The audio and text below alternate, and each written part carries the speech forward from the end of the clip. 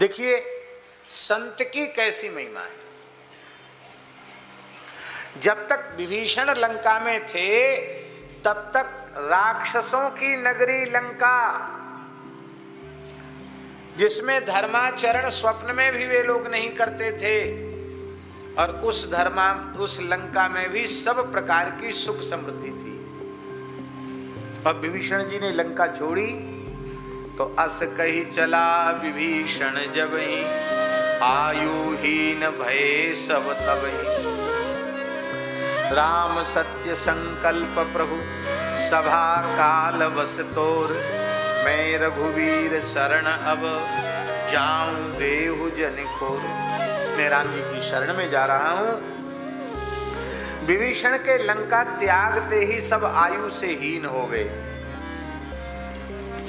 साधु अवज्ञा तुरत भवानी, कर कल्याण अखिल के हानि। सबके कल्याण की हानि हो गई।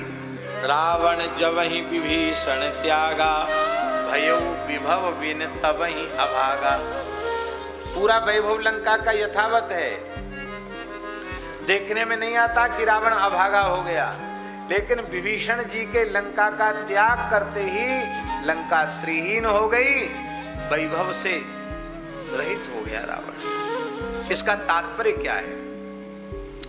लंका की समृद्धि का कारण रावण नहीं था, लंका की समृद्धि का कारण था परम धर्मनिष्ठ विभीषण की धर्मशीलता।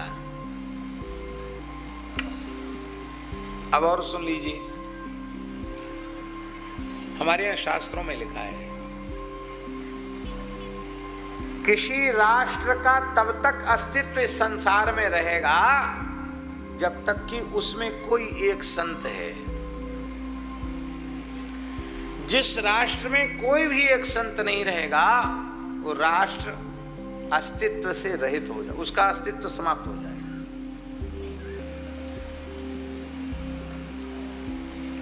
और सुन लीजिए, जिस प्रांत में कोई संत नहीं रह जाएगा, उस प्रांत का अस्तित्व समाप्त हो जाएगा।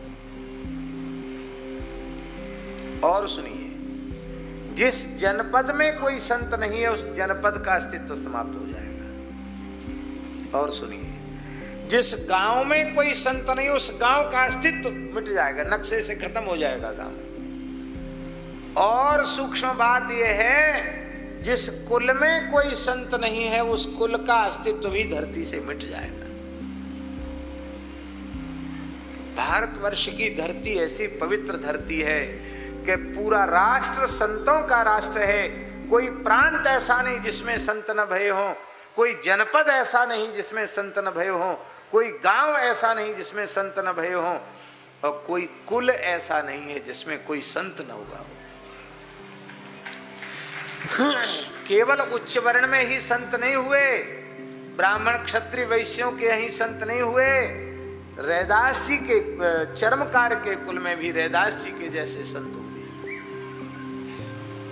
शबर कुल में शबरी जैसी संत भक्ता हुई। निषाद कुल में निषादराज जैसे भक्त हुए। भारतवर्ष का कोई कुल खानदान ऐसा नहीं जिसमें भगवान का भक्त उत्पन्न न हुआ हो। इसलिए सच्ची बात है, यहां कोई नीच है ही नहीं। वही नीच है जो भगवान की भक्ति से विमुख है। उच्च कुल में उत्पन्न हुआ है पर भगवान से विमुख है तो वो नीच है। निम्न कुल में उत्पन्न हुआ है और भगवान का महान भक्त है तो वह नीच नहीं है। नाभाजी लिखते हैं, वर्णाश्रम अभिमान तज, पदरज बन नहीं जा सुखी।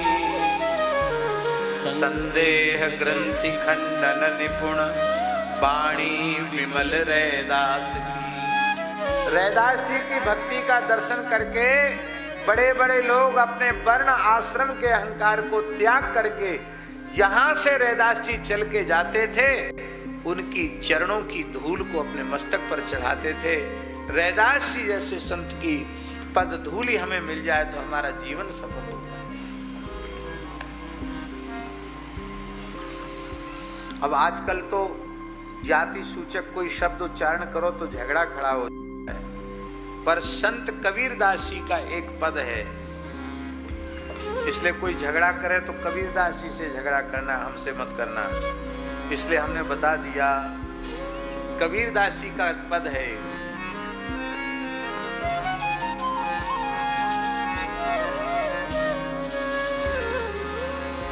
बाबा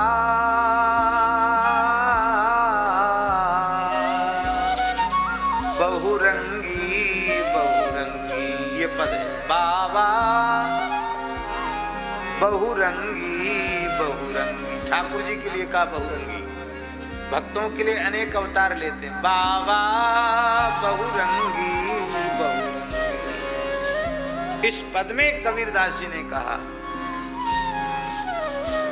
कहत कबीर सुनो भाई साधो, कहत कबीर सुनो भाई साधो, हरि न भजे सो भंगी, बाबा बहुरंगी बहुरंगी।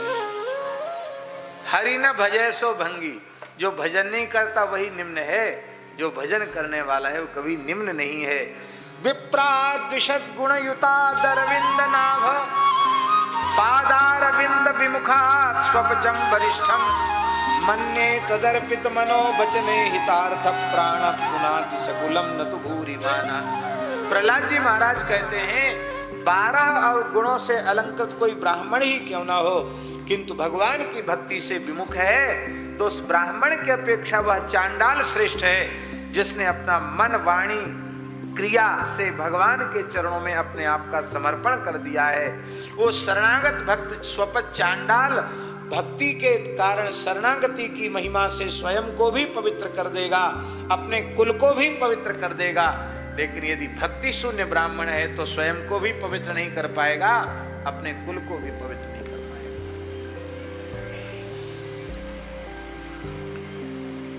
बेटा बेटी भी काम नहीं बनाएंगे, राम भजत बिटिया भली।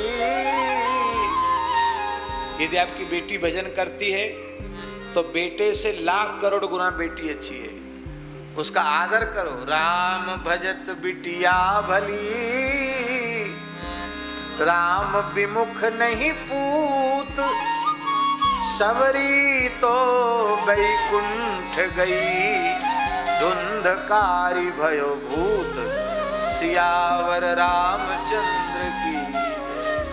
ब्राह्मण का बेटा भूत बन गया और सवर कुल में पैदा होने वाली सबरी भजन के बल से भगवान के धाम को चलेगी। धुंधकारी भी भगवान के धाम को गया, लेकिन बाद में कथा सुन के गया, वैसे तो भूत बनना पड़ा उसको।